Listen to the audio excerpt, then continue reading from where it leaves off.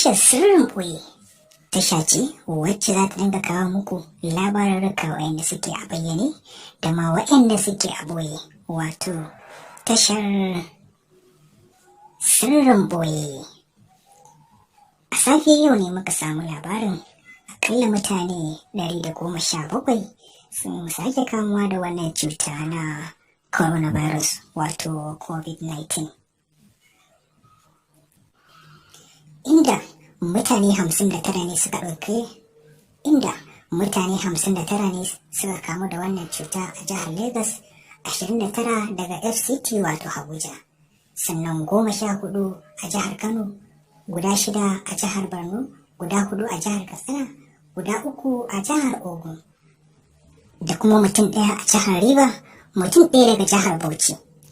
Ƙasar Najeriya tana cikin haɗari babba akan wannan cuta na coronavirus, wanda a koda yaushe ƙara samun majinyata ake.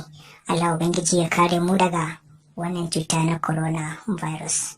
Ya dai kamata a ce gwamnati ta ɗauki mataki sosai akan wannan cuta na coronavirus, inda kuma a wani gefen jihohin ƙasar Najeriya mutane dama suke kokawa akan rashin samun kulawa, musamman na rashin samun abin da za su ci, gashi kuma an kulle su a gida. Mafi yawancin mutane suna kokawa akan wannan kalubale na kulle jihohi da ake yi.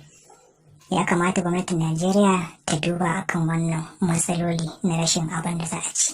Ku bi mu a sannu tashar sirrin ɓoye.